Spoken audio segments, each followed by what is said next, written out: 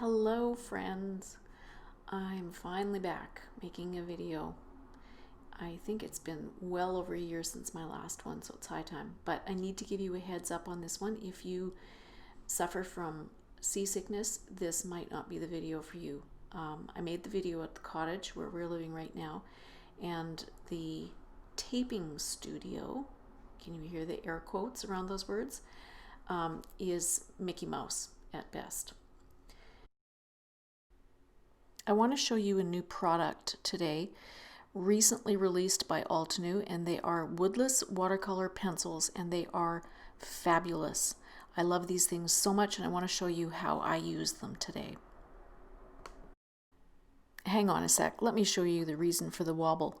I'm working on this cute bamboo table out in our sun porch at the lake, and it's really lightweight and meant to fold up, so it's not sturdy enough to be filming or coloring on, and I'm sorry, I won't use it again. Hang on, yeah, I did use it. I made one more video that's coming with that table, but I promise that's the last time. So to start, I laid out the pencils in rainbow order, scribbled them in the same rainbow order onto a strip of watercolor cardstock, and then painted them so that I would have a better sense of the true colors of them.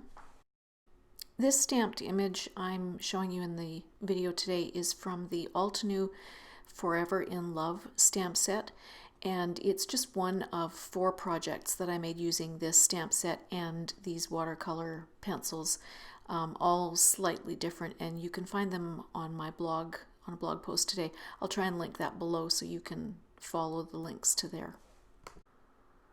So I started by coloring the first color on the leaves with the moss pencil. That's a good solid base color for leaves. I'll come back later and add some other shades. I'm not very organized about my coloring, and I skip from one section to another at random whim.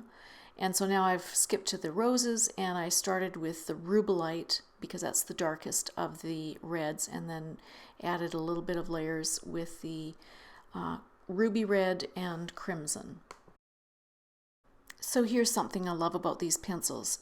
Because they're woodless, they are pigment right to the outer skins, I guess you'd call them, and so they're super easy to sharpen, and a sharp tip is what you need to get into the tiny cracks and crevices when you're coloring.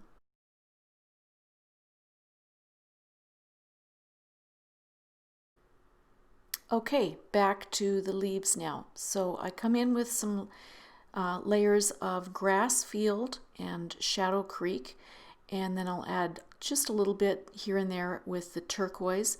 I'm not coloring the whole entire leaf shape. I'm just adding a little bit of color in kind of patchily, because I'm going to come back with my wet brush obviously and let the water do the work.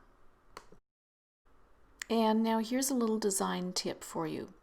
I used the turquoise pencil on the leaves a little bit, and then I took it over and added a little bit of turquoise to the berries. They're not going to be turquoise berries, but they're going to have kind of an under shade of turquoise, and because it will be kind of not matched but supported by that same shade in the leaves, it just kind of adds balance to the overall design. Then I finished coloring the berries with a bit more of ultramarine and lavender fields, and that's what gives it that more authentic berry color. You can see that I'm coloring with lots of water on my brush at first, and then just to activate the pigment. Then I take my brush to the clean water, clean the brush off, dry it slightly on the paper towel, and come back and lift off some of the color. And what that achieves is it gives me a bit of a highlight on one side of the berry, and it kind of finishes with a sort of a frosty berry look. And now to painting the leaves. I realized once I started adding water and mixing the colors I had laid down that they were a bit brighter than I really liked.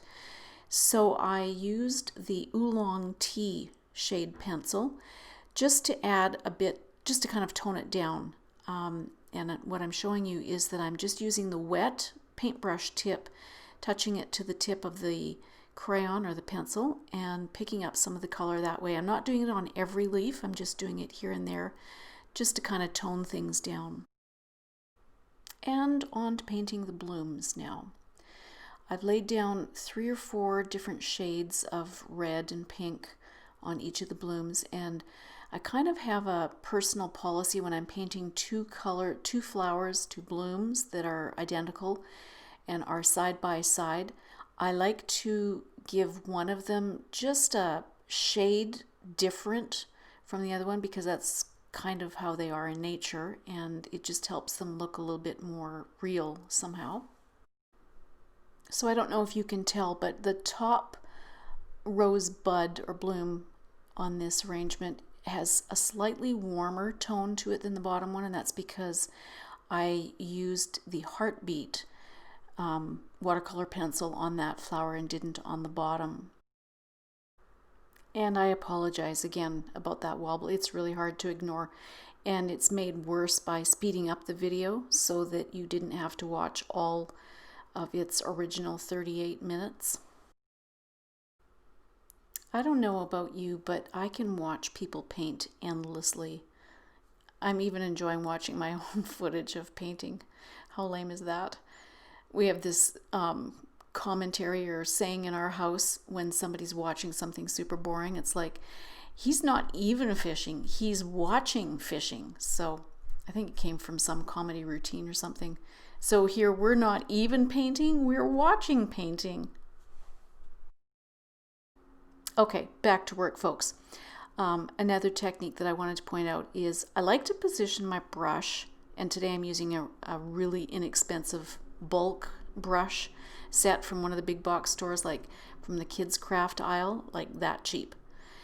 But I point my brush towards the deepest shadow. So I lay my brush flat to kind of scrub and activate the color, and then I drag the pigment towards the edge where I want it to be lighter and lighten it up.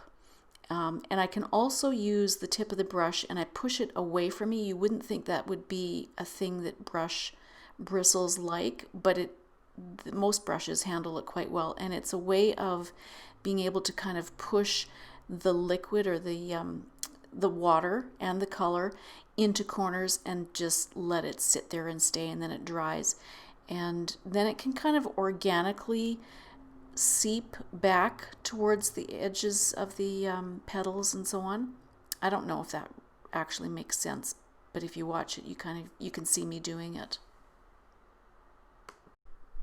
Okay, no painted project of mine is finished until it gets speckles, and I even managed to do that with watercolor pencils. I just scribbled on some scrap watercolor paper, added lots of water to make a puddle, and then splattered on in the usual way.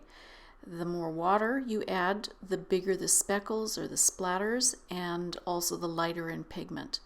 And I try and do it with all the shades or most of the shades that I've already used in the painting, and then just add that on over top. And I don't like splatters on my blooms, so I go back and just dab them up with my paper towel. And that's it for the painting. I hope I haven't made you need to go and check your medicine cabinet for some Dramamine for the nausea caused by the wobbly table. Thank you for stopping by today. Thank you for patience, waiting for me to start making videos again. I've got another one coming shortly, also made on a wobbly table. I apologize, but it will be the last one. Check the links below for the blog post where you can see the other 3 cards made with this stamp set and pencils, and I hope to see you again soon.